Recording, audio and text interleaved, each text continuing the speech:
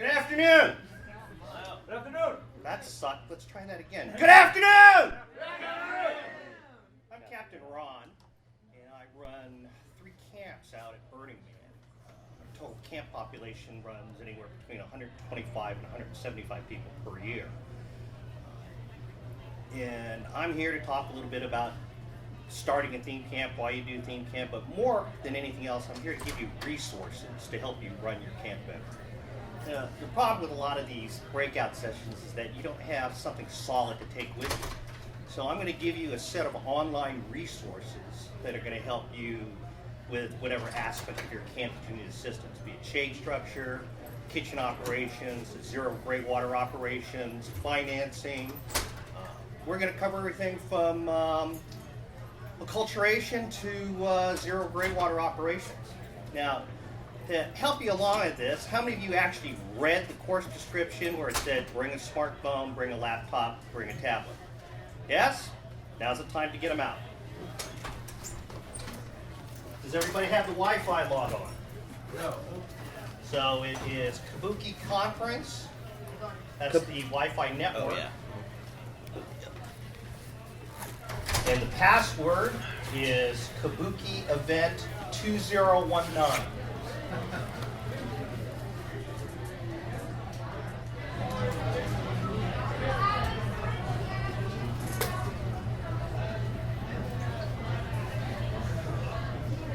So the wireless network is Kabuki Conference, and the wireless password is Kabuki Event 2019, all in lowercase.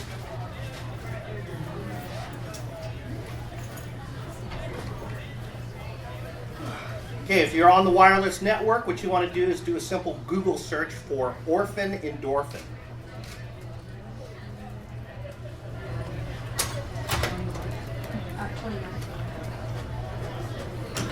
And that one of the first 2 or 3 results should take you directly to our website.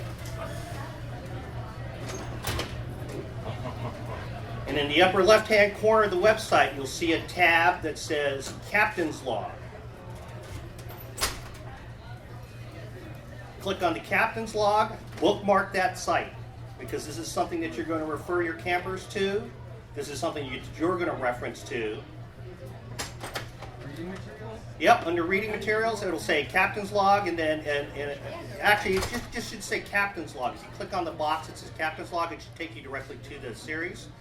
You'll see 26 articles displayed there on the left-hand column, and then the right-hand side is just a PDF, a simple PDF that we have all of our campers read. It's talked about a month ago. I don't know why. I will tell you that throughout the year you will find this to be a valuable resource, and you're going to be referencing it constantly. You're going to be linking your new campers to it. You're going to be going back to this resource to look at lists of parts and components for building shade, or about designing a form for vetting your campers. Now, there are 26 available Captain's Logs on the commercial site. However, there are an additional dozen that are only available if you are a theme camp organizer. So after you've bookmarked that section, the next thing you want to do, how many of you here, raise your hands, are members of the Facebook group Theme Camp Organizers? Wow, less than half. That's pretty pathetic. All right, so if you're a Facebook person and you're interested in running a theme camp, you need to do a Facebook search for Theme Camp Organizers. The Theme Camp Organizers group has roughly 5,800 members now. These are all people who are either mayors or theme camp leads or personnel crucial to the operation of a theme camp. It is an excellent resource because there's a whole file section full of all sorts of references and referrals to vendors, etc., etc. In order to join the Theme Camp Organizer Facebook group, you have to answer 3 questions. First one is simply, what's your website URL or what's your Facebook group URL? We need to know the year that you were placed. And then the third question is, what's your job title? Give us a description. This is to weed out all the little weasel gerbils that are out there trying to join a theme camp and think that's what the group's for. If you don't answer all 3 questions, you'll never be able to join the camp. We simply decline you. And that's how we maintain the quality of the site. Okay, so everybody have those two critical bookmarks set.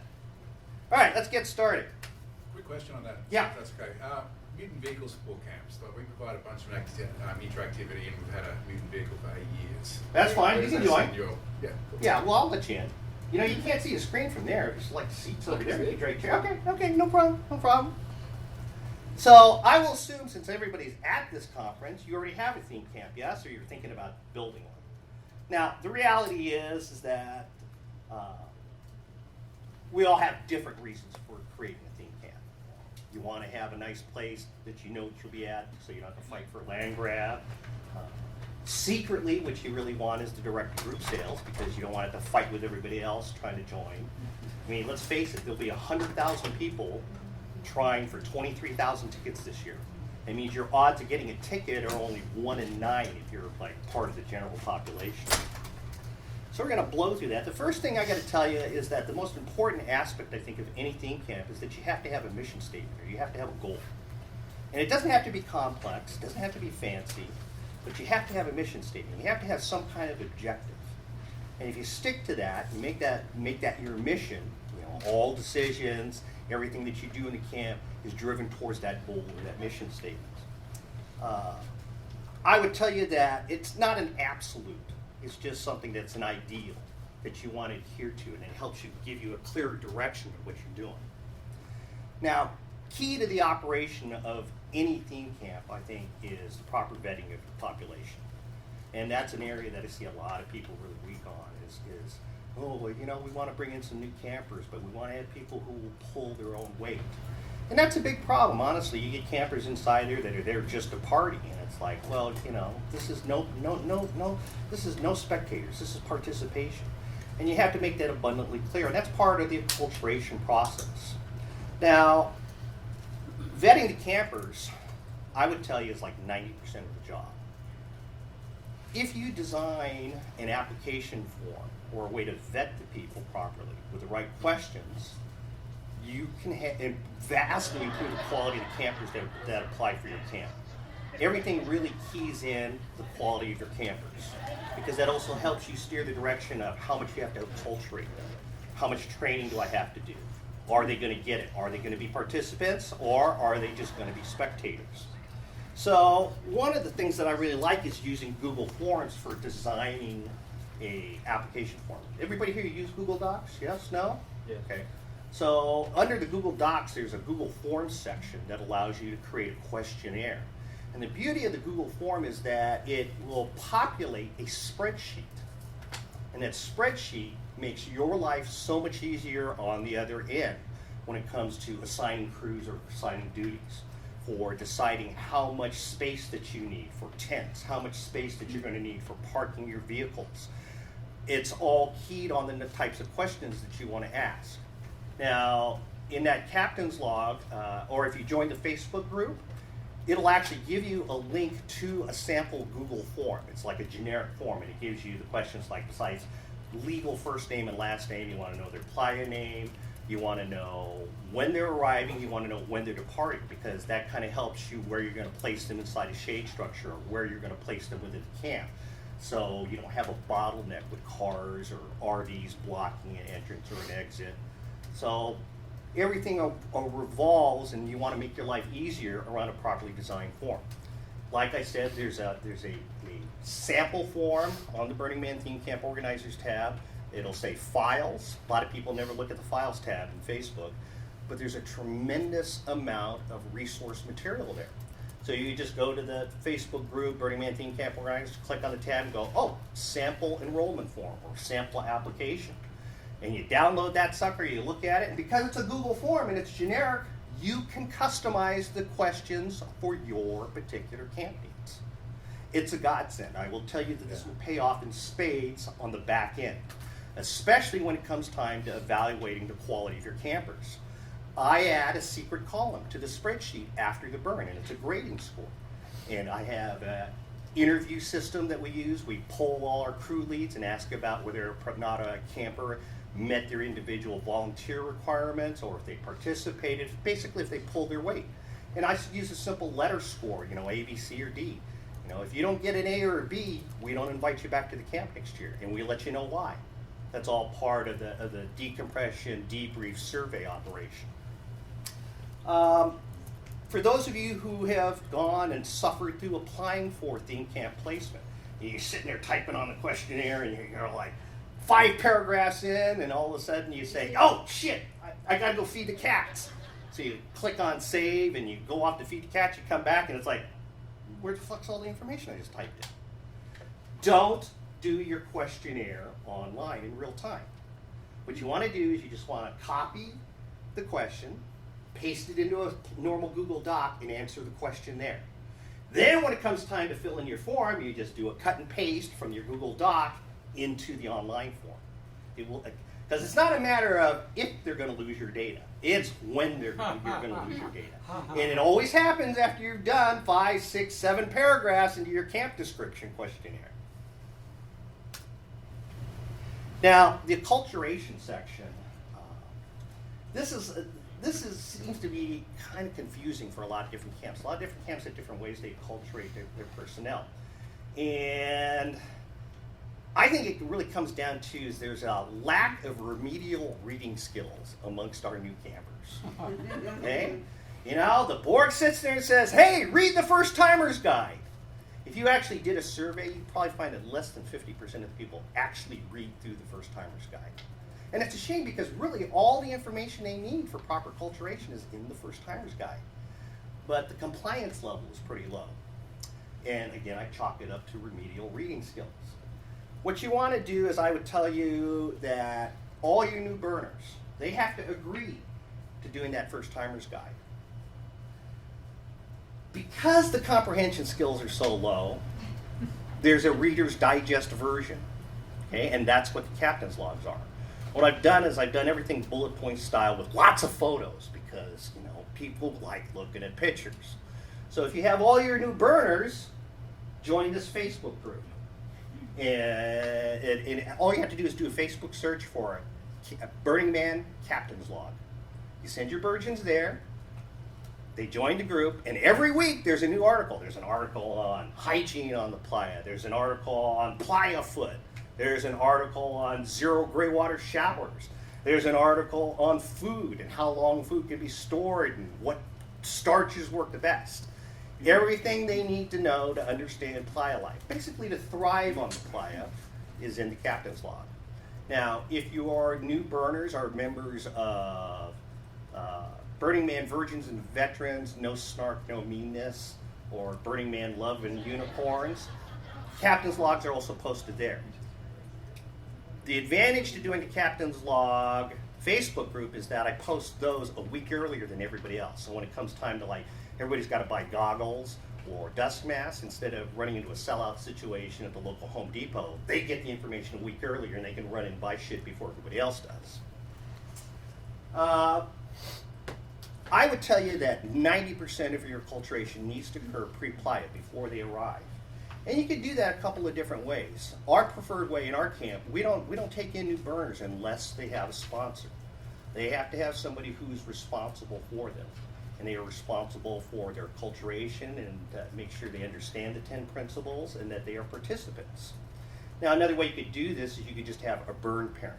A lot of camps that I work with have a burn parent assigned to a group of new burners. So you might have, a couple of your seasoned veteran burners assigned to 4 or 5 different virgins. But they need to have those conversations with them pre-Playa. It could be a video conference, it could be an email chat just to establish it. But I would tell you that it's very important to make sure that they actually have a conversation, be it by voice over the phone or simple video chat, so they can really know that those new burners are learning what's expected of them, that they know that they have to pull their weight inside the camp. Okay? It's also a good way for people to associate, the video conference thing, never underestimate the importance of face-to-face contact like that, even if it's over a video chat. If they're local, having them out for a cup of coffee, or you've got a small regional burn group and you guys meet once a month, that's even better. But that acculturation pre-Playa, I'm telling you, 90% of that should occur before they get on Playa. Now, you're going to have people traveling in internationally, and it's like, oh, well, the time difference, I couldn't have a conference call with them. Well, then you could do a little bit of work on Playa.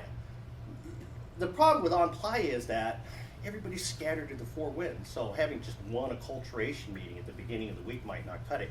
You might need to have 2 or 3 different acculturation meetings.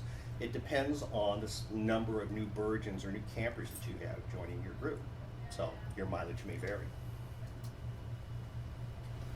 Interactivity in the camp. Well, that's really why that's the big reason to create camp, is to have that interactivity to offer to the city. Like they said earlier, we don't need another bar, we don't need another chill space, we don't need yoga. What I would tell you is it doesn't matter if you have just one single interactivity. Our camp is 200 by 250 feet for our primary camp, and I use all 200 feet. All 200 feet of my frontage along the 7 o'clock axis. I actually run, this year I will be running 6 different interactivities simultaneously. I have a cigar, I run the only cigar lounge on the Playa. I bring 1,000 cigars, and I have reclining chairs, humidors. I run the only hippie fishing shack on the Playa. I've got an 18-foot game hoist, so when the hippie goes and gets a cell phone or one of the cameras, I get a group that runs out with giant salmon hoop nets them. Another team that runs out with Nerf bats and beats them into submission. And we drag them back into camp and we hang them upside down from this game hoist, and we take photos with their cell phone, and they're holding a placard with their name and how many burns. I got this thing called Trump Assault, where I got Donald Trump in an MMA. It's a rubber MMA dummy on a 400-pound base, white shirt, red tie, blue sport coat, Donald Trump mask. And I got a rack of dildos next to him. Shove them in his mouth. I got strap-on so you can come up behind them. I got MMA guys coming in there punching them 24/7. Constant interactivity. So I have lots of little interactivity within the camp to run that. But even if you can only come up with one, and as long as you do it well, that's what's important. I mean, and people are thinking, well, I don't have lots of money to spend on this stuff. I'm going to give you a freebie that I'm going to tell you is going to be major hilarity on the Playa this year. It's called Hillbilly Roulette, and I'm sure some of you might have seen the video. So you got this Lazy Susan. It's about 2 feet across, and on the Lazy Susan are a dozen mouse traps, and then you have this cardboard box over it with one end open, and then on the other side there's a little hole stuck inside there. And we're going to set this up on our bar, and if you want to drink, somebody spins the wheel. That's the open side of the box with the mouse traps. About half of them are set, half of them aren't. And the person who wants to drink has to reach through the hole on the other end. They can't see the Lazy Susan. They don't know which traps are loaded or not, and they have to tap. And if they get snapped or if they don't get snapped, that's how they qualify for a drink. That's maybe $30 worth of materials, okay? But you're talking about major entertainment factor for everybody in the bar. It's so simple. But it's interactivity. Yeah, and there's danger. Now, if you want to up the danger, instead of using a mouse trap, you use a rat trap. Actually, we're thinking about getting the electric ones, where it actually electrifies the mouse. Yeah, I've got a generator lined up for it. I'm just trying to figure out how I'm going to do the power distribution for the thing. But, I'm all about risk. We do this thing called Little Rocket Man. I had these 2 10-foot missiles. One's North Korean, one's U.S. I got a 20-foot conference table. I got a rubber Donald Trump mask, and I got a sport coat, red tie on one side. I got a Kim Jong-il wig on the other side with a Chairman Mao mask. And I got rocket launchers on each side. And you have to answer a question. If you get the question right, you get to shoot a rocket at the other person at the other end of the table. And these rockets hurt. They're moving at 450 feet per second. But it's simple. I'm talking maybe $50, $60 worth of parts it cost me to build this. But everybody loves that shit. Interactivity you have to have some form of interactivity besides just having a bar or yoga class. Make it fun for people. Make it something that they're going to remember. So the key is inducing pain on someone else. Well, my motto is it's not dangerous enough. So like I was sitting there going, how can I make the rockets more lethal? I could just take tacks and epoxy them to the front of them. Penetration would only be that far. I thought, nah, then everybody's got to wear safety goggles in case they get hit in the eye. So they made me take that off the board. Whatever interactivity you choose, do it well and keep it simple. That's the most important thing. You got to keep it simple, because if you have an interactivity that requires 12 people to volunteer X number of hours per day, you're not going to get it. You're not going to have, they're going to play time, sorry. All of my interactivities require no more than 2 or 3 people per activity, and that's at maximum load. You know, I had this dildo bowling thing. I had this bowling alley where a bowling pin set up, and if you ever see the bank robber movies, they pull the nylon over their face. Well, I got the same thing, except you have this rack of dildos, the same one we use for trump assault, and you pick the size dildo that you want, you drop it into the pantyhose, you pull the pantyhose over your head, and then you and another player, you lock arms, and what you're trying to do is knock over all the bowling pins with your dildo. So you pick the right weighted dildo and the swing speed, et cetera, et cetera. But it's simple. It only needs one person to run the interactivity. But people love that shit. Okay? It's just your imagination. Keep it simple, but most importantly, make it something that has to be hands-on. Project management. So, lots of people just rely on Facebook for basic communications within their group. Lots of people will use maybe some Google Docs and some Google Sheets. The problem is that you don't know where all the relevant documents are. Some people are like wiki fans, et cetera, If you have a mid-sized camp, and I'm talking like 25 to 50 people, you need to really seriously think about some form of online project management. Our camp, we use Basecamp. And Basecamp's a really wonderful tool. Let me just show you a quick example of Basecamp.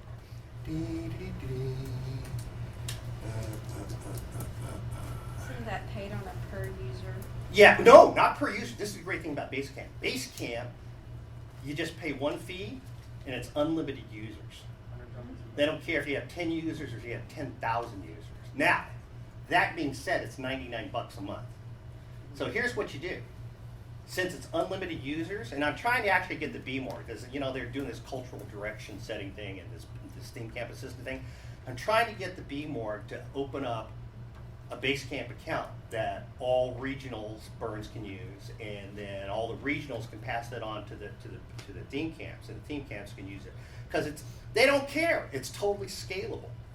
So I'm actually poaching off of somebody else's Basecamp account. Now, what I like about Basecamp is it's stupid simple. It's a very easy interface. It looks like a yellow legal pad. So I have a few text documents. I have one for my teardown crew, one for my setup crew. And within each one of the documents, I'm very specific about the information, and it's basically step-by-step instructions. What I found is that people are always willing to work. The problem is they don't know what to do. People are willing to do the work, but they lack direction. They're not self-starters. But if you give them an instruction sheet that tells them step 1, step 2, step 3, by goddamn, they'll do it. So, part of my pre-Playa deal, you know, I sign crews. I have a setup crew, I have a teardown crew, I have a crew for my kitchen, I have a crew for my interactivity, and each one of them has one of these sheets that details all this information out. Now, what I love about this is that it only emails or notifies people within that crew. The problem with doing an email list is everybody gets emailed on the same thing, whether it applies to them or they're not. With project management software, only the people who are involved in the project get emailed. That's where you get a lot of the apathy and a lot of the no follow-throughs, because people are tired of getting a bunch of emails that don't apply to them. But if you use project management software, that doesn't happen. There are several other different project management software packages. There are a lot of people who like using Slack for a combination of project management and communications. There's some people who like Asana. For us, using Basecamp seems to work best for us, but that's just our camp. I have probably about 24 camps that I consult for, and they're very happy with Basecamp. Your needs might be different. You might find that you're more comfortable with Asana, or you might find that you're more comfortable with Slack. Or, more importantly, you might already have a commercial account that you can poach off of for your camp applications.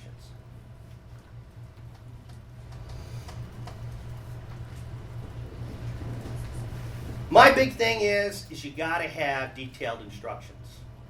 That's the big thing. That's for us, our follow-through, our volunteer commitment skyrocketed once people had a specific list. So during that sign-up phase, the form that I told you about earlier, you actually have to commit to a particular crew. You have to pick, everybody's either on setup, everybody's on teardown, but you have to pick one additional crew that you have to be a member of. it could be kitchen, it could be DPW, and each one of those crews has a crew lead and an assistant. And those people are responsible for making sure that everybody on that crew has printed out a copy of that task list. So everybody has a level of responsibility. There's no, well, I didn't know. And actually, it's not a problem because once people have that printed list, they'll follow it through. They'll say, okay, well, this is next. Oh, we got done with this early. Okay, let's get started on this. People are willing to work. You just have to provide them directions.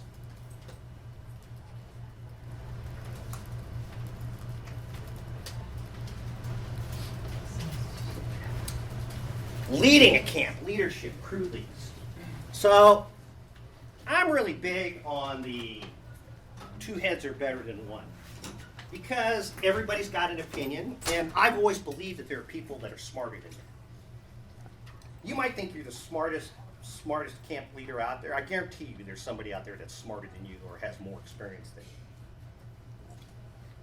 So what I did early on when we got camp placement was I created a council of elders.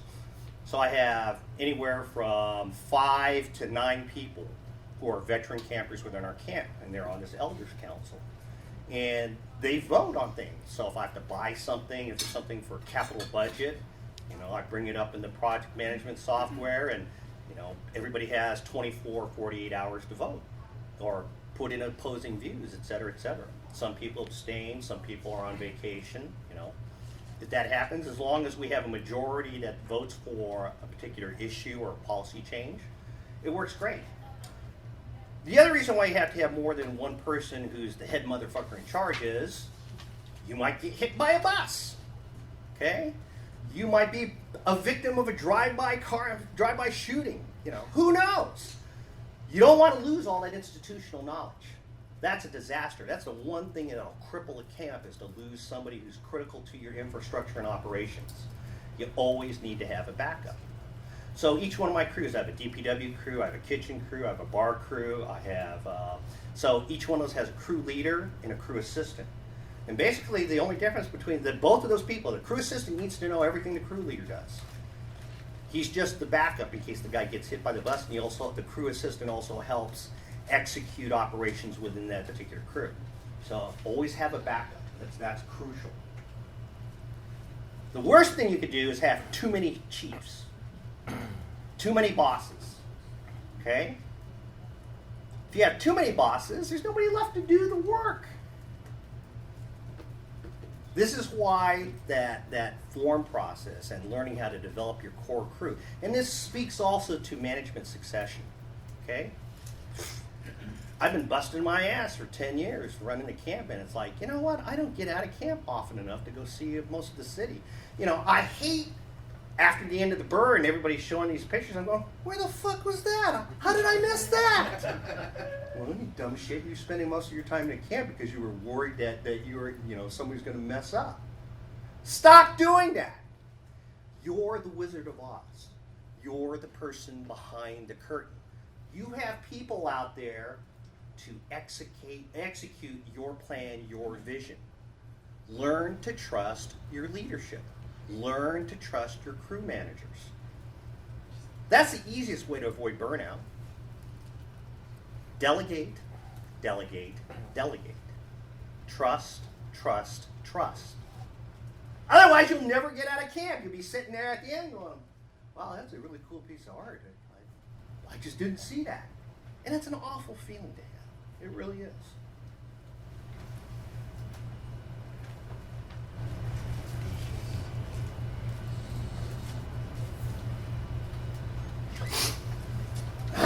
Budgeting for operations. I can't overemphasize how important it is that you have a person, actually you need 2 people because you have to have a backup, that are responsible for handling all the money coming in and all the money going out. And it can't be anybody who's within the purchasing group, okay?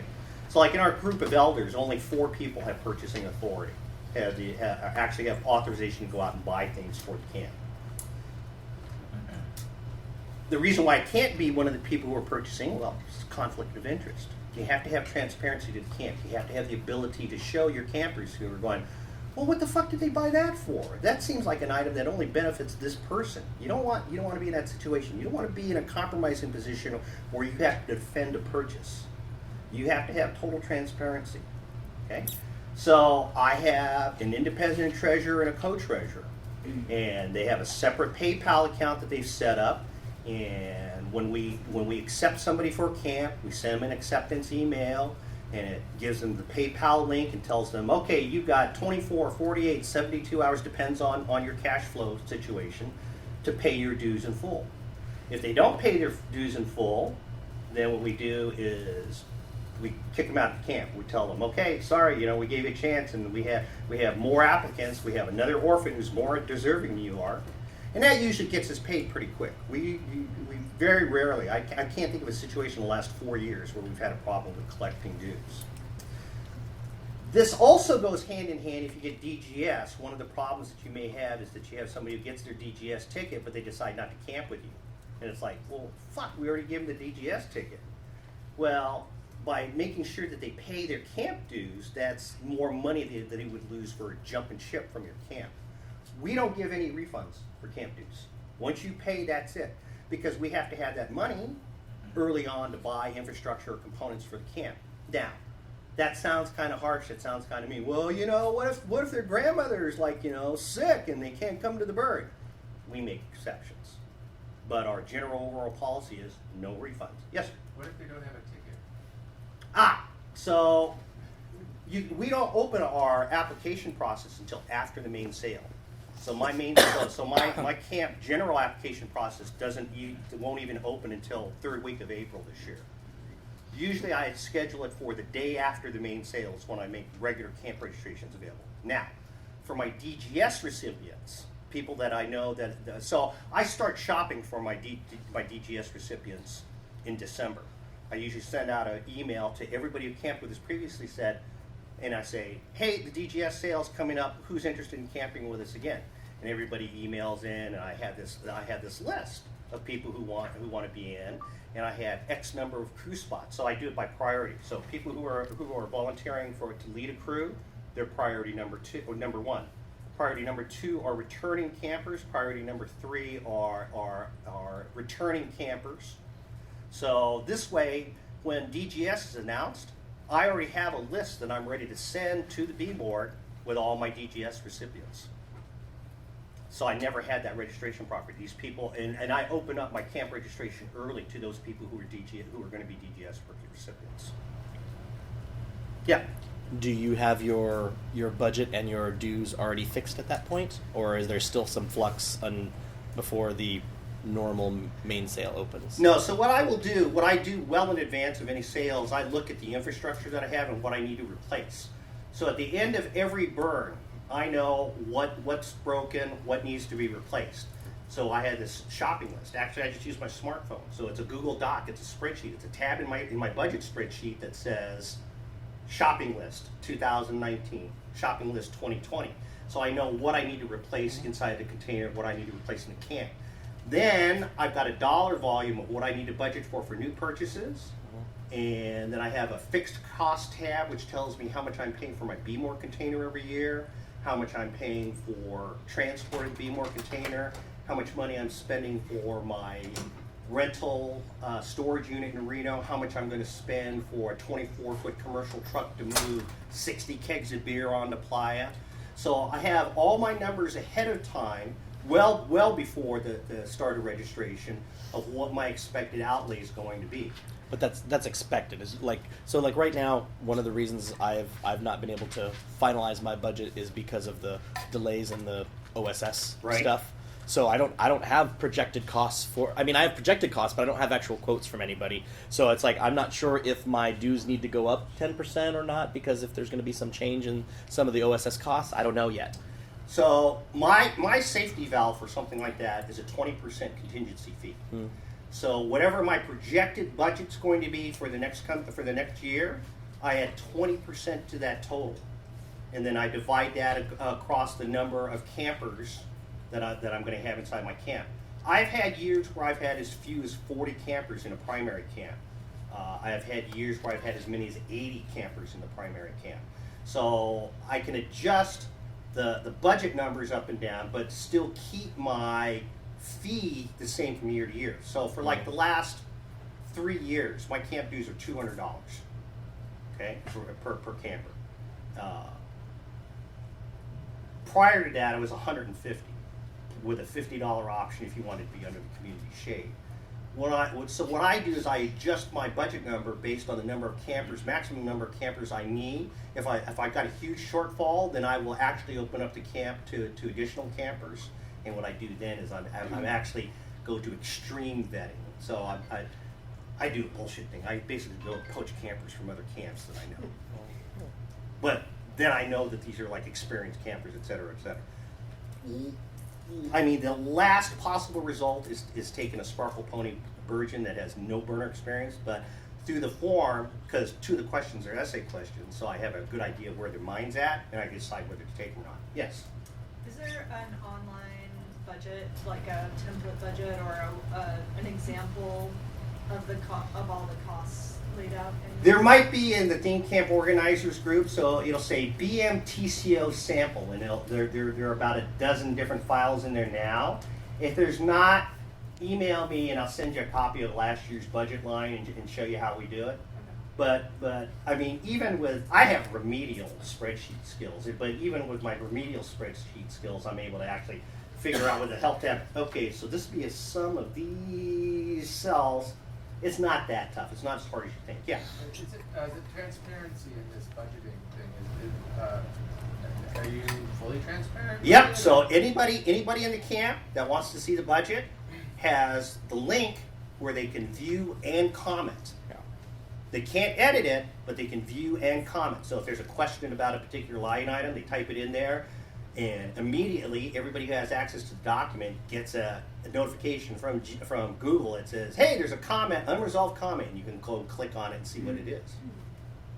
That's what I love about Google Documents. It gives you a lot of transparency, a lot of flexibility, especially from an administrative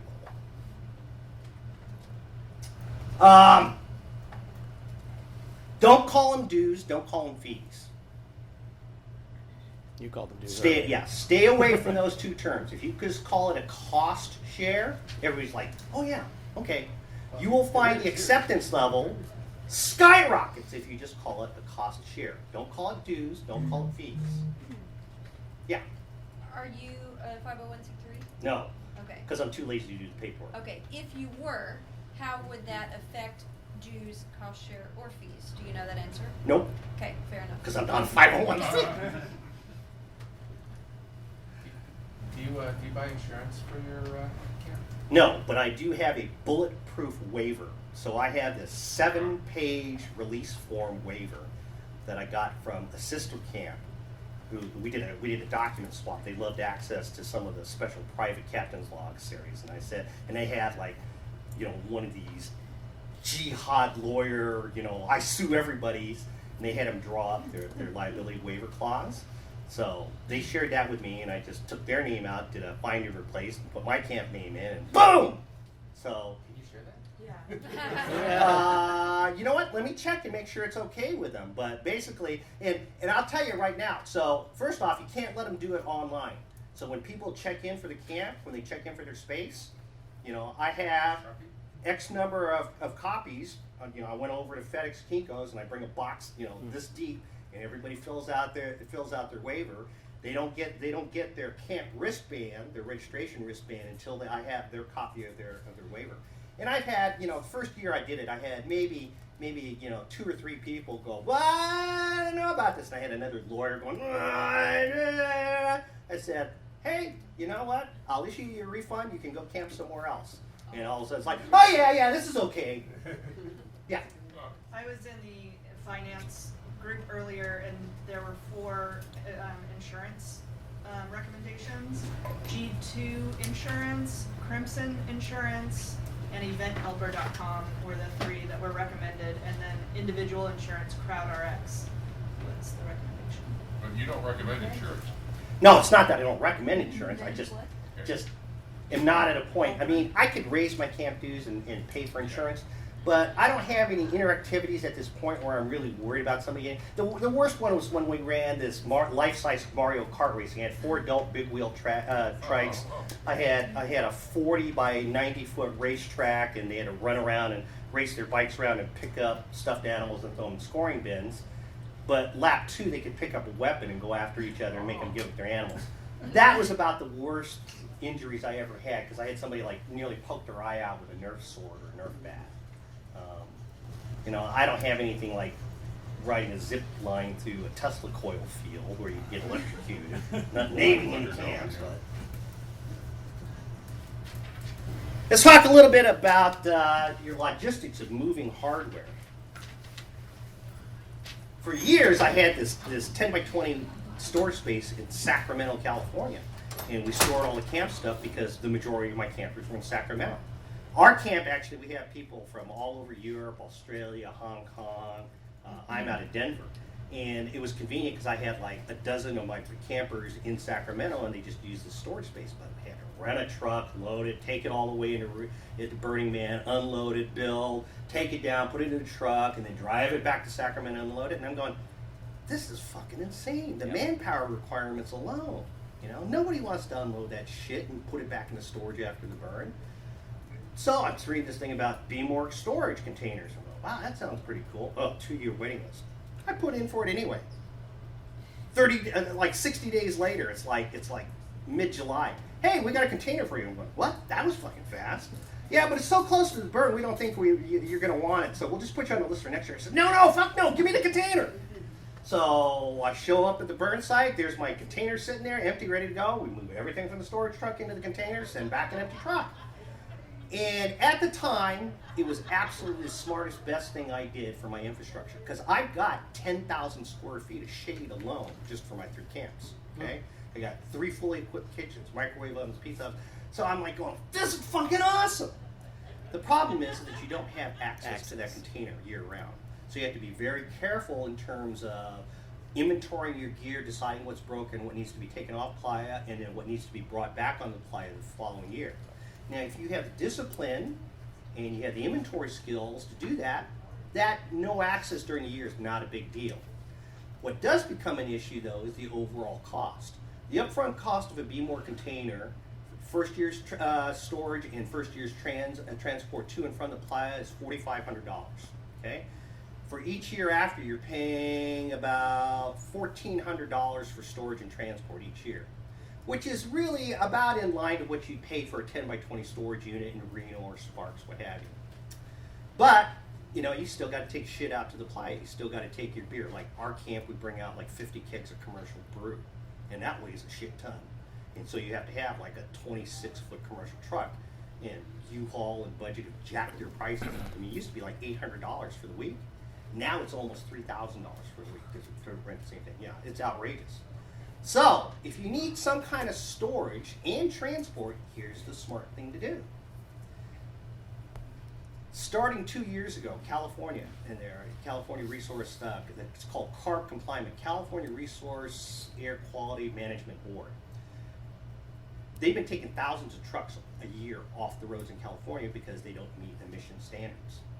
In 2020, there will be almost 35,000 commercial trucks that cannot be operated legally in California. That means that you can buy a 18-foot commercial truck, which would normally set you back $35,000, $45,000, for about $5,000 to $9,000. Now you think how much you would have spent renting a truck for transport plus your storage. You just get one of these 18 or 24-foot trucks for, you know, let's say it's $8,000. You buy that becomes your storage. So now you've eliminated $1,200 a year of storage cost, plus you've eliminated another couple of $1,000s in terms of renting a vehicle for moving stuff back and forth. Now, depending on the storage site that you get in Reno or Sparks, a lot of these operations will actually accept shipments for you and put them in your truck or your storage unit. Wait, but if you can't drive in California, then But because Doesn't matter. it's in you Nevada. relocate it. You leave it in Oh. Nevada. Nevada has different Yeah. DOT laws. Yeah. California's No- are very strict, It's got and Nevada when plates. you it just have to stay in Nevada. It has to stay in You Nevada. have Yeah, to it just stays in register- Nevada. You have to You just register in It's Nevada. $25 a year to register a vehicle in Nevada. That's the best part. Now you're sitting there going, "Wow, shit! The ad says that this thing's got 290,000 miles on it. That's a lot of miles." No, it isn't.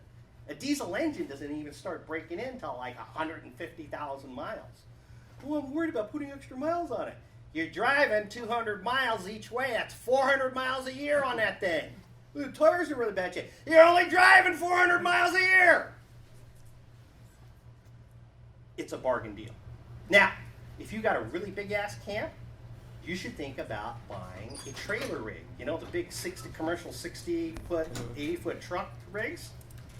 You can buy those things for as little as $2,500. $2,500 for a full trailer rig. Okay? The trick is the transport, moving it on and off the Playa. So, and that's where this OSS, that's why everybody's like freaking out about the OSS. It's like, well, how many truck drivers are going to be available to move this stuff? That's the problem with the tractor trailer rig. But, yeah. No, I did I bought 10 years ago, I bought a U-Haul, a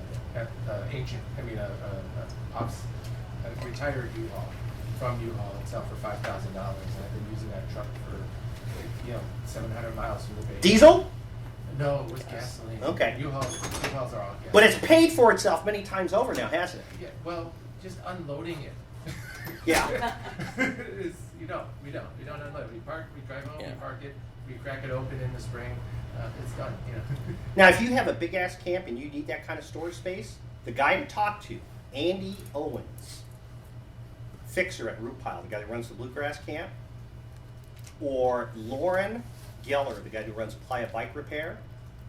Lauren's got, I think, like 12 or 15 trailers now, because he got like 5,000-6,000 bikes. So, both of those guys are experts in that, and they'll tell you. They're plugged into all the sales nationwide. If you're really gung ho serious about this, you don't want a regular trailer rig. You want a moving trailer rig. Mayflower moving. they got side doors. Yeah, they got side doors, so it makes it easy to get in and out. Well, one other thing that's I first met you at one of the gas station truck stops. We were all filling up our rental trucks, and we were talking about moving to container, which we did last year. I would say one of the nicer things, whether it's the Burning Man org container or one of the OSS containers, is they put those down on the Playa. They're not lifted off the ground, so you just put stuff right in. So loading and unloading is much simpler than even like the moving trucks are nice. They have a ramp. Semi trailers don't have a ramp. They usually expect you to have a loading dock. So you still need to get it from up there down to the Playa level. So there's a little bit of a challenge in that. Get a lift gate at the back. If most semi trailers don't have lift gates, a moving truck may, but the other problem with lift gates is they're slow. So the ramps are actually the best one for easy in and out because people can move that stuff in and out. Lift gates move up and down very slowly and they break. At the most inopportune. Yes, at the most inopportune times. Let's talk real briefly about shade structures, because the one thing that I love, that probably one of the bigger reasons why I decided to do a theme camp was my first year out there. I suffered. I didn't, I brought a 10-foot easy up, and we had a theme camp. We had maybe about 25 people in the camp, and everybody's going, "Oh, we need to have shade." Well, I had my easy up, and I also had something called a North Pole shade, which is it's like 40 feet across. It looks like a giant pyramid. And I was actually just going to put my car in camp underneath that, but we got like 30 people in the camp. They don't have a community shade, so I donated that to the camp, and that became the community shade. And it became clear to me that first year, you gotta have fucking shade, no matter what. It's so goddamn hot. So for us, I've looked at lots of different shade structures, lots of different options, commercial options, off-the-shelf options. And ultimately, I found the best decision was going to be our good friend EMT, electrical metal tubing. Okay? Now, you'll hear people go, it doesn't work, it bends, it won't hold up in high windstorms. I can tell you, for a fact, This 2013, we had like 80-mile-an-hour winds on the Playa. And my structures didn't move an inch because it all comes down to proper anchoring techniques. The reason why I like EMT is that it is scalable and it's easy to store. It's easy to obtain. It's easy to expand because this material is available at any Lowe's or any Home Depot. Now, if you don't know what EMT is, it's the stuff that you see snaking along walls that holds electrical power lines, okay? And the standard, the Playa standard, is 1-inch EMT. Now, it's actually slightly bigger than 1 inch because they're measuring the internal diameter. But 1-inch EMT is the Playa standard. You'll hear people go, oh, you can save weight by going to 3/4. Yeah, you can save weight, but the shit will bend if you look at it sideways, okay? 1-inch EMT. Now, to connect all these EMT pieces together, you use something called Canopy Tarp fittings. And there are a variety of companies that have it, but there's an online company called Yuma Tarp Supply. And don't worry, all the links are on this document that you've already downloaded for the hyperlinks and shit. But what I love is that I can scale this thing as big or as little as I want. It's fast to put up.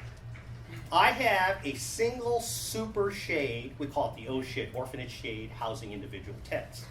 I have a single one that's 120 feet by 120 feet, okay? I can house up to 64 tents in that structure. And I can have it put up with 2 4-man teams in under 2 hours. I could build the thing with a single 4-man team because what you do is you just start with a 20 by 20 block and you just add poles to it. Because you're just building out. The scalability and cost of building the thing is a fraction of any other shade structure out there. So for a 20 by 20 cell, you need 21 pieces of EMT. But if you want to double that, actually if you want to quadruple the surface area, turn it into a 40 by 40, you only need to add half again as much EMT because you're starting with the basic structure there. So the cost of scaling up are really beneficial because it's better to make one giant structure than a bunch of individual blocks because of that scalability. Instead of using 4 10 by 10 foot tarps for a single 20-foot cell, I use a single 20 by 20 foot tarp because now I only need 1/2 the number of bungee balls to secure it to the edges. I'm using standard cargo straps, ratchet straps, which are about $8 a piece to secure it to the ground. I use 14-inch lag screws. I drive them in with power tools. Those of you who have been hearing this rebar versus lag screw, here are the numbers.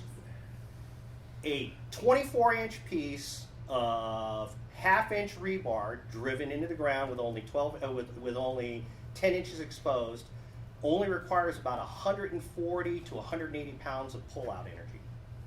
A 14-inch lag screw, 850 to 900 pounds of energy required to remove a 14-inch lag screw. So you're talking about a quantum difference in holding strength of a lag screw versus rebar, not to mention the speed of insertion and removal. I don't know, the lag screws, they insert really well with the driver, electrical. So here's the problem, your driver doesn't have enough torque. Yes, it does. Totally does. I mean, I just put it all up for a whole camp on it. But she said she had a problem? No, she's saying it's good. Oh, she's saying it's good. I'm saying it's easier than Yeah. rebar. Oh yeah, it's much easier than Because rebar. that rebar, the machine is this big, Yeah. and I can't hold it as a woman myself, but I can certainly screw in the leg screws. Leg screws are so much faster, so much easier. Now, I don't recommend regular drill drivers, and I don't even recommend impact drivers. It's impact.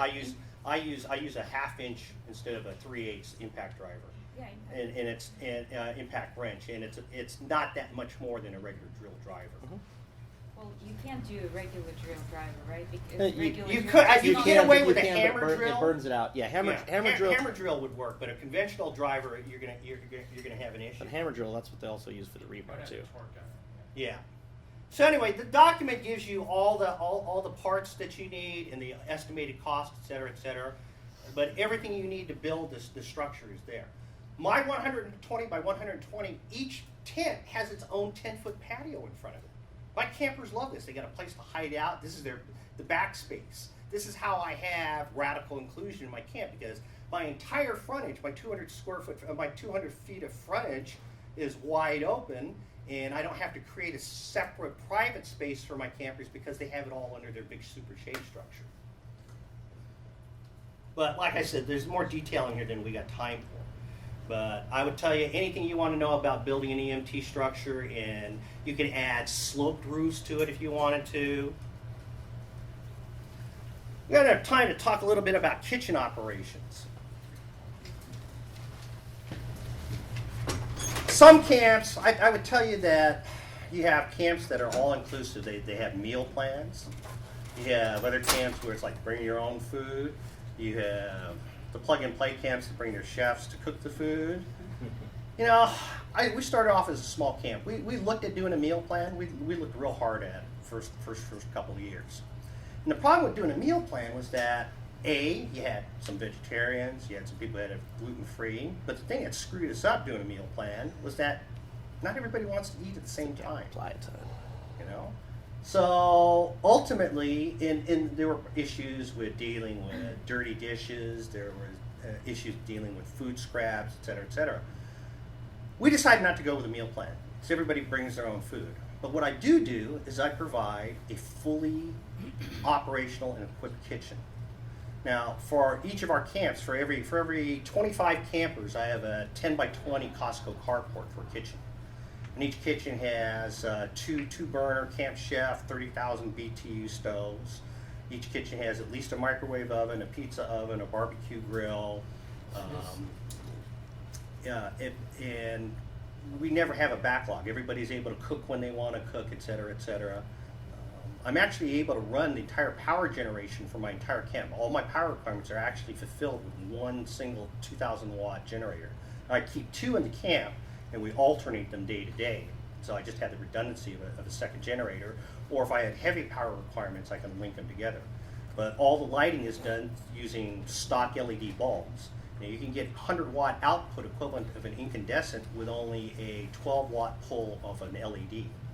And there's no heat generation, so even when I'm running the microwave ovens, I never have to worry about exceeding the power requirements of the generators.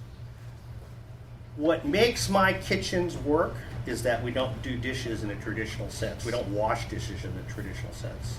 We don't have the separate tubs. We don't have the separate bins. I run a zero gray water kitchen. So it's really simple. All you need are 3 sprayer bottles. I like the 64-ounce sprayer bottles. You have a soap bottle, you have a water rinse bottle, and then you have a third bottle. This is the secret sauce. It's something called Star San. The Star San is a commercial sterilizing agent. It's a liquid concentrate. You use like 1 ounce for 5 gallons of working solution.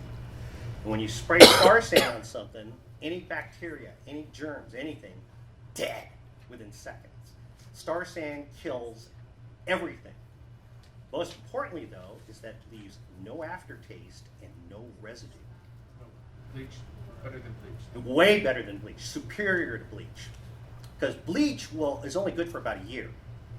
People don't realize that. They have bottles of Clorox. They don't realize that after a year it oxidizes and you lose the actual the components that help sterilize things. Star San, this is what all the home brewers use to sterilize and clean out their beer bottles. And they love it because they don't have to do a rinse afterwards. It just dries and leaves no residue, no aftertaste. Now, Star San is, like I said, it's super concentrated. 1 ounce makes 5 gallons of working solution. A lot of people have trouble making up 5 gallons of working solution. So actually in a captain's log under the kitchen, it'll actually show you the dilution table. It's like half a teaspoon for 64 ounces and you're ready to go. Now, if you have trouble with that, there's another product called Steramine, and it's a tablet. And it's really simple to use because you just take a tablet, drop it into 2 quarts of water, and you got a working solution. Now, what we do is I make each one of my campers use the spatulas. Actually, I make them lick their plates clean, and this is crucial. The plates got to be licked clean, or I have to scrape all the food off, and then we scrape them into burlap bags. And it takes about 24 hours for the food scraps to desiccate, and then we just pack them up, and you can take them over to ID8 now that they're taking compost. But for us, we would just let it dry out, and then we take it off, apply ourselves. So you scrape all that shit off, and then you use the sprayer bottle. You got a towel laid out on top of your kitchen table or out on the floor, and you do the soap spray. Let it sit there for a minute. Scrub it off. We have the little scrubby sponges. Then you do the water rinse, and that's just spread out on that towel. It takes about 20 minutes, and that towel's bone dry again. Then you spray it with a star sand or a stearamine, you let it air dry, you're done. No gray water generation. So do all of your campers use the kitchen, or some use their RV kitchens? I only allow 5 RVs in my camp currently, and they're all like, you know, core personnel, et cetera, and sometimes they use their kitchen, but the majority of the time they like using the big kitchen because A, it's fun to cook with everybody, B, it's better because it's like, oh, what are you making? Can I try some? Very few of my campers actually use their resources in the RV, like the stuff. Actually, none of them will use the shower in the RV, and very few of them will actually use the shitter inside the RV because they want to either A, deal with the pump outs, or B, the smell, because people will tell you, oh, I want to have my own shitter, and it's like after 2 or 3 days, you haven't had a pump out, it smells bad inside your RV because it's been baking in the sun. Question. Yeah, What was the name of the compost? Recycled compost? ID8. Oh yeah. Yeah, they are fantastic. Yeah, it's like, wow, okay, no garbage. But I'll tell you honestly, if you just do the burlap bags or the mesh bags, and you can find these online in Amazon, they make these little mesh bags, and what you want is you want the nylon mesh bags, and we issue one of those bags to each one of our campers, and we just tell them scoop your food scraps into here, and then by the time they leave the burn, it's just all dried up, and that's the most important thing, is that it's dried up and it doesn't smell. Then they just toss it in a regular trash bag, you're done. The one thing about ID8 is that if you want to take your compost to them, there's no labels and no gooey stuff. You have to be, they're very specific about, you know, and they'll make you stand there with, you bring your own gloves and you've got to sort the compost. It's easier if it's dry first. Yeah.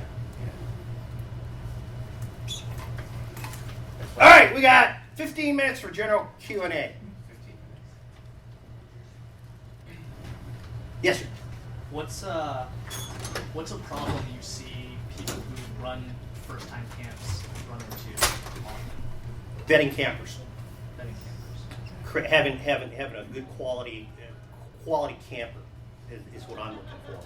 So I'll give you an example. So after the DGS, after I have all my crew leads and so on, my camp is now about 2/3 full. Okay, and I haven't even opened up for the main sale yet. I expect to have another 10 to 15 campers join the camp that have camped with us before but didn't volunteer for a crew position. That'll still leave me with 8 to 10 slots that I want to fill if I want to make my budget. So I'm actually a member of Camps for Campers, Campers for Camp, Burning Man Ticket Begging. I'm like in 7 different Facebook groups. And I look at the posts for people who are looking for tickets, and I see what they're offering, et cetera, et cetera. If they look like they're a good prospect, I email them. I say, hey, you're shopping for a camp, and let me tell you a little bit about our camp. And I send them the link to apply. And then I look at their registration form, and most importantly, I look at the essay questions. Because 90% of the time, when I read the essay question, it tells me right off the bat whether or not they're going to be a good fit for my camp. So it's recruiting quality campers. Yes, sir. Just a follow-up on that. Would you mind sharing what that specific question is, or what are the The question is, the first question is, who are you? And I'm very specific. I said, let's see, who are you is one, and it says, I don't need your life story, just a couple of paragraphs. The other one, the second essay question is, why should we let you join our camp? And those 2 questions give me a really good view of what they're going to be. I had a bunch of campers from Europe join a few years ago. You know, they were like all excited, and they were actually referred to me by one of our veteran campers in Europe and said, oh no, they're going to be great campers. They're going to be good examples of good burners. And out of the 6 people that joined, I'm looking at their application, and 4 of them were total flakes. It's like, I'm going to bring joy and happiness and glitter to the camp. And I'm going, what? So I write them back and go, you might want to reconsider your answer. And they're like, what? So sometimes even referrals don't work well. That's why you have to vet what I call extreme vetting. Yes. That was the same question. Yeah. So, this would be our first camp this year, and we've been parts of camps. But the most difficult, or one of the challenges we're having right now is determining how many people and how many different departments we need volunteers to actually work shifts, since we've never done it before. Is there a secret formula, or do you just figure it out when you get there and? Oh no, you have to do it. You have to do it. Decisions ahead of time, but then has to be done ahead of time. So you have to sit down and say to yourself, okay, what you first want to do is you want to have an idea of just how big you want your camp to be. You should just have a general number. It doesn't have to be absolute, but it has to be a general idea. The second thing you do going from there is you decide what your interactivity is. The more interactivity you have, the more crews you're going to have to assign, et cetera, et cetera. I would tell you that no matter what number you come up with, half of the people have to be on setup, half of the people have to be on teardown. Now, if I were going to do it all over again, I would tell you 1/3 on setup, 2/3 on teardown. Oh. Because teardown people are like, oh, fuck, I'm tired, I don't think I can do it. And it's just so much harder to do teardown. Mm-hmm. So I would tell you to change the numbers. 1/3 of the crew absolutely positively has to work setup, 2/3 of the crew has to do teardown. Okay. Yeah. What about Moot? So, MOOP, that's part of the teardown crew. We actually have a MOOP patrol. So, everybody in the camper is responsible for MOOP. And what happens is that ideally, I would like to have it like 2 or 3 times a day. What it ends up being is once a day, about a dozen of our campers will go hand to hand and walk a MOOP line across the camp. We do such a Jewish mom guilt trip on all of our campers that really they're constantly moving. They see a piece of MOOP, it's just ingrained, they pick it up, whether it's in our camp or out in the streets. But it's at the end of the burn when we're doing teardown. So we actually start our strike starting on Saturday. I actually tear down our bar because it's our biggest component, it's the biggest MOOP generator. We actually start that on Saturday. One of the conditions of being on a teardown crew is that you have to have the ability to stay through at least Tuesday. So that's a mandatory for our camp. And I'll have 20 people walk in hand to hand, and we'll do 2 sweeps. We'll do one going this way and one going across this way. And we've gotten green every year for 10 years now. Haven't had a mark against our camp. Now out in the street or across the street from us, red, yellow, red, red, red, and I'm going, fuck, glad that wasn't us, man. But it's a matter. This is all part of the indoctrination. To join my camp, for example, I have a separate document. There's one that's just that talks about MOOP and matter out of place and details what it is. And there's shit inside there like, well, it's food. Can't I just toss my power bar shit out and won't it decompose? No, you dumb fuck. There's no moisture out there. There's no bacteria to eat that. There are no small animals out there to eat your leftover food. Sparkle ponies don't count, but it's driving that forward all the time because I reinforce that no MOOP thing and then don't let it hit the ground. I mean, that's a document they have to read before they can even apply for the camp. And I'll tell you right now, people are scared to death of me in my camp. The fear level is not to be believed. It's like, I don't want to get them mad at me because I've thrown people out of the camp halfway through the burn. I've actually I've had consent issues. I had some idiot with fire. Actually, I rescued one guy. His dipshit had those mortars, the launch mortars, and he was actually had one wooden light, and he was like looking down on it, and then he was like pointing at the ground, trying to dislodge it, and it ignited, went off, hit the ground, bounced back up right into his junk. Oh, he was crap. He had like 1st and 2nd degree burns down his lycra pants. His wife, or it was actually his fiancée, you just proposed to her. I was like, you asshole, we'll never be able to have kids. I had to load him in my vehicle, take him to Rampart, but it's that my bark is worse than my bite. That's the way I like to look at it. But we make it clear to all of our campers that you're expected to participate in all these different 10 principles, and we really drive home the MOOP end of it. Yeah. so you talked about the frontage on your camp and all your different Yeah. interactivities. Does your camp span streets? Like, are you from like? So I'm from, we're 200 feet C to D. Okay. We have been for like the last 3 or 4 years. They always put us across in the porta potties, and I think they do that because we don't bitch about it.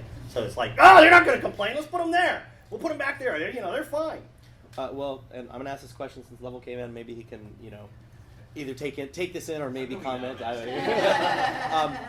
So for us, for Planet Earth, we have big frontage on the front. On we the, have on the Esplanade. on Yeah. Esplanade, nice club frontage. A lot of interactivity.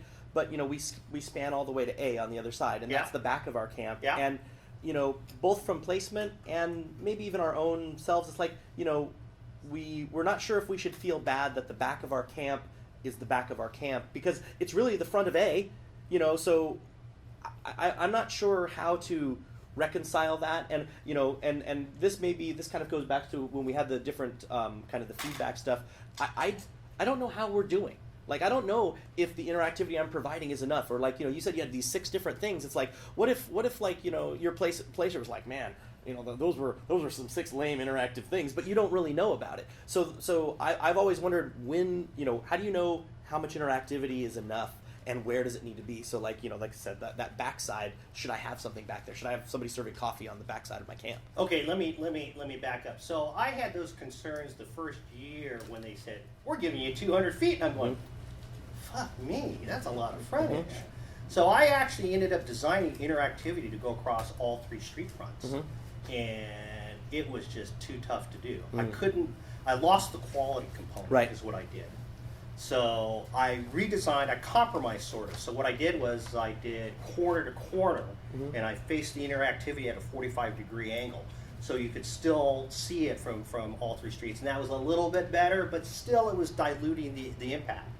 And I actually sat around and I was like doing a street count, number of passerbys, how much foot traffic the radial streets took versus the axial streets. And I said, you know what? I'm beating myself over nothing. I am going to do 5 or 6 quality interactivities only on my primary frontage, and I haven't looked back. Okay. I think the other factor that is because we're right across from the porta potties. It's like there's nothing over there to do, so everybody's like drawn to my side of the street. Right. But that's going to change this year because I've got a new interactivity for porta potties. I'm making these giant banners that say, Trump re-election headquarters, inquire within. And they're going across the backside of the porta potties. I'll just add 2 quick things. I think we definitely see quality. We also see how often you're open, right? So obviously as an Esplanade camp, we expect 24/7 interactivity or something close to that. So to have a back of your camp that is just where people are sleeping is fine because the front is so active. However, I think we always try to encourage camps that have 2 frontages to say, what's that like extra notch of things that you can do, right? There might be a pod of people within a camp. I mean, you're talking about a 400 deep block. That's a lot of people. So could 10 decide to serve coffee in the morning on A? Right. We did try to do exactly that. We tried, like on the back of the camp, we tried to serve coffee, but the amount of, and I think this is like a lot of people had questions about the size of camps and depending on what your interactivity is, the number of people we have in camp and what we have for our interactivity.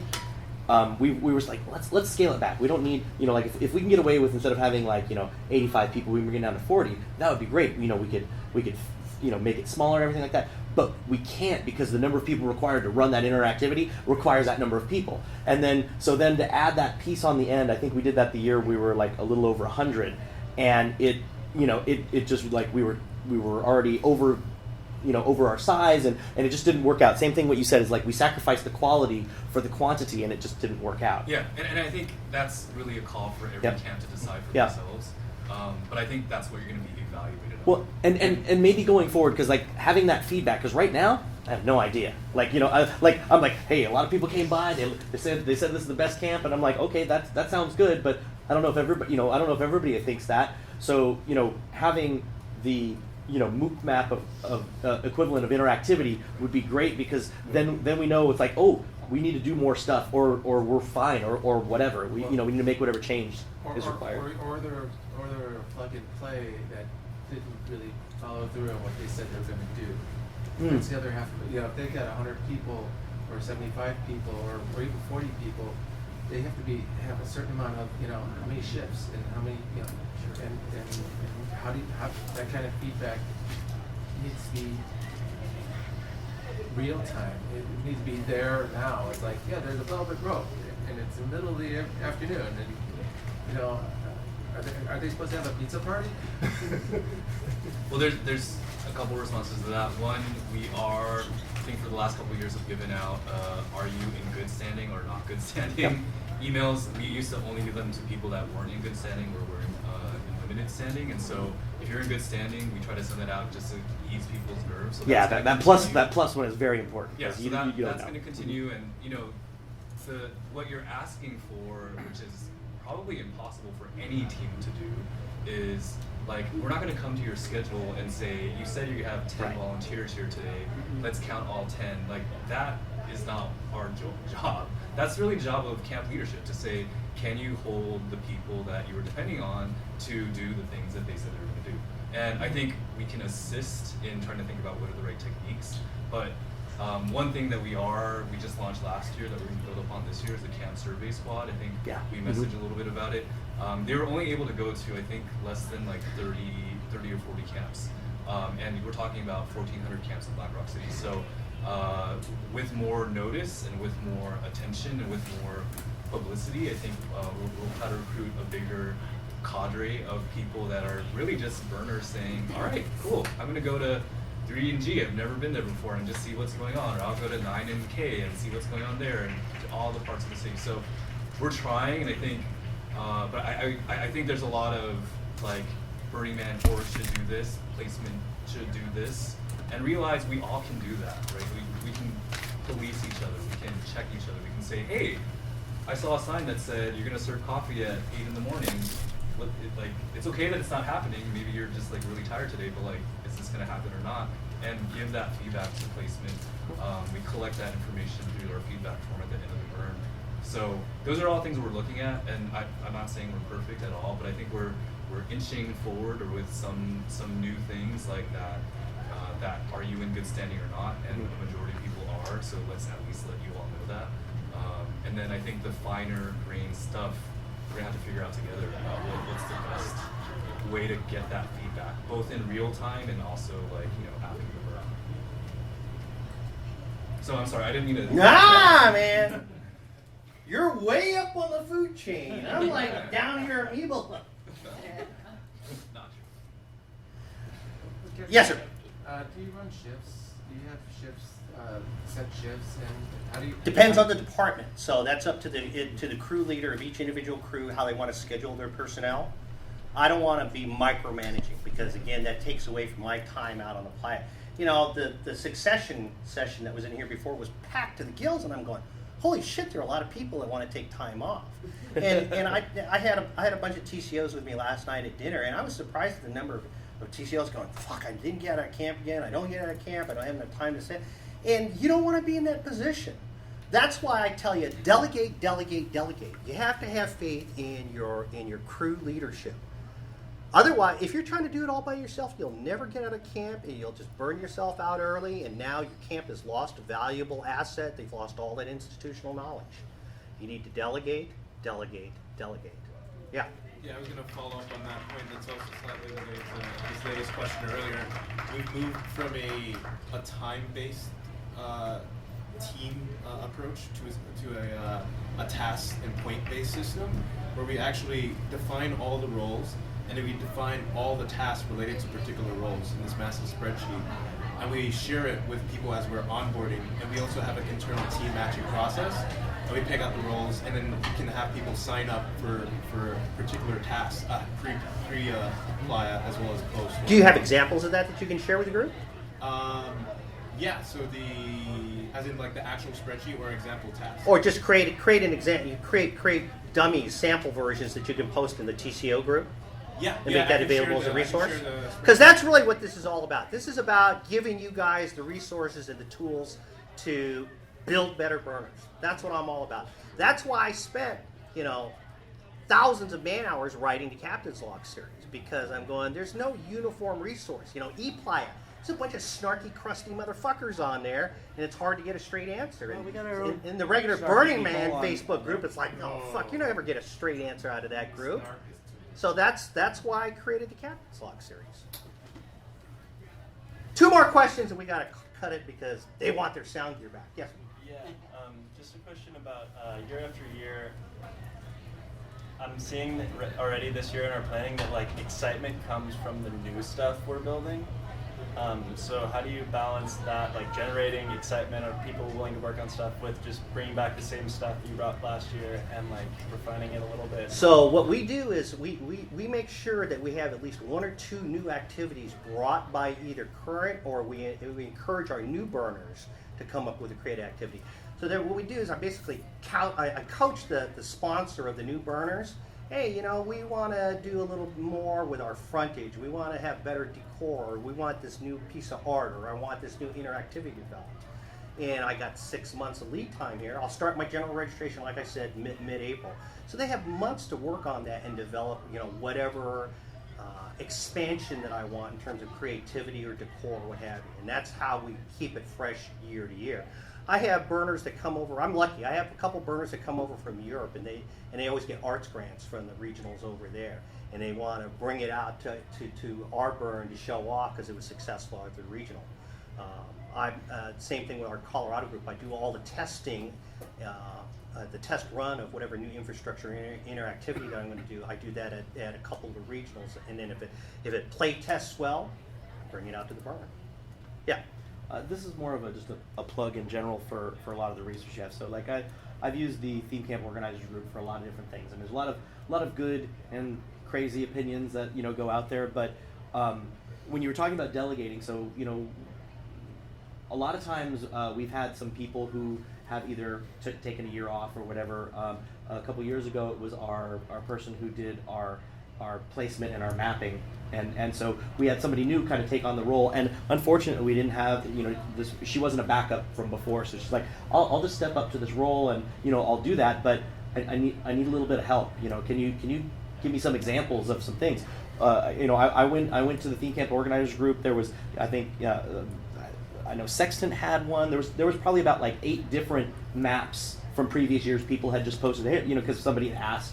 And went through, gave all those as examples, and then she took all those and she was able to build a great map for us that year, and it was just based on all of that stuff. So all of these resources that we're talking about are great ones, and it might seem like, well, you should have known this all along, but it can't always be the case. Your rock stars can't always come back every year, or even if they do, maybe that's their year they're taking it easy and somebody else needs to step up. So these resources, even though they might be old, they're always new to somebody. So, I've benefited both from the Captain's Log stuff as well as all the Facebook groups. So I think they're great resources if you can, sit down and utilize them. I will tell you that the Captain's Log gets updated. Each article gets updated every year for a particular category, because you'll get bad links, expired links, et cetera, et cetera. So every year, every one of the 38 Captain's Logs gets updated. Especially the new fire standards for storing fuel and stuff like that. You get it like a 20-foot diameter perimeter around the full fuel dump, any fuel dump. It's like different type of stuff. So, did you learn at least 3 new things today? Yeah. Sure. Then I'm happy with the job I did. Thank you all very much.